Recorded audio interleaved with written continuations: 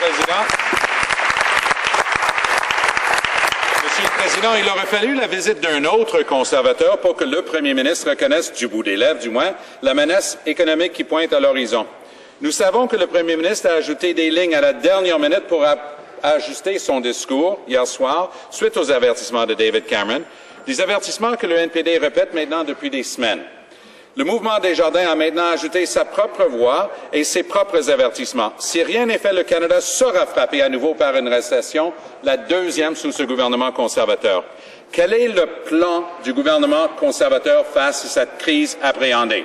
Madame le secrétaire parlementaire. Merci, Monsieur le Président, et je veux remercier mon collègue pour la question. En mentionnant notre Premier ministre de l'Angleterre, j'aimerais bien lui citer. He said, and I quote, "In the last few years, Canada has got every major decision right. Look at the facts. Not a single Canadian bank fell or faltered during the global banking crisis.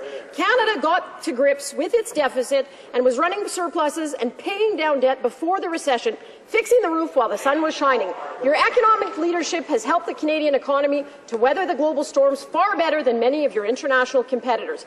And I repeat, as our Minister of Finance has, we have the next phase of Canada's Economic Action Plan, which will continue us on the path of success. Monsieur le Président, le gouvernement ne peut plus blâmer les Grecs et la zone euro pour les problèmes économiques ici au Canada. C'est un argument qui ne tient pas la route.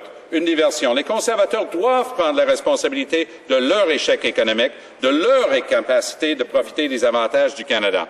Nous avons la capacité fiscale que d'autres n'ont pas, justement.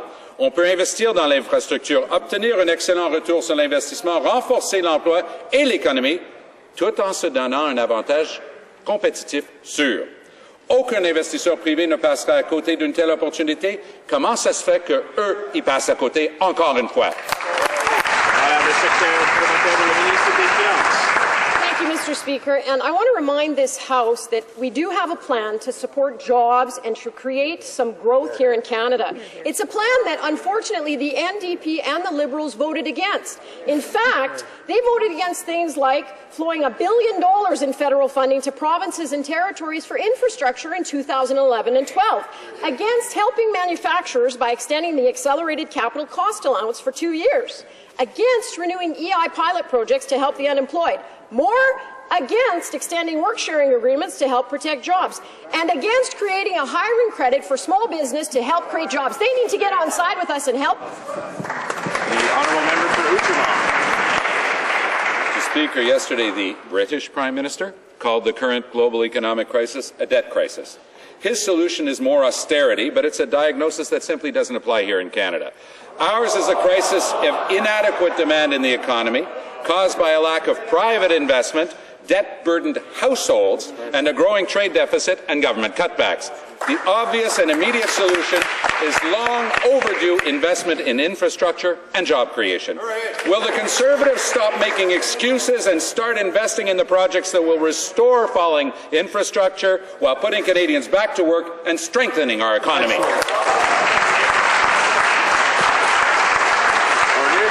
The honourable parliamentary secretary. Mr. Speaker, that's exactly what this country cannot afford to do.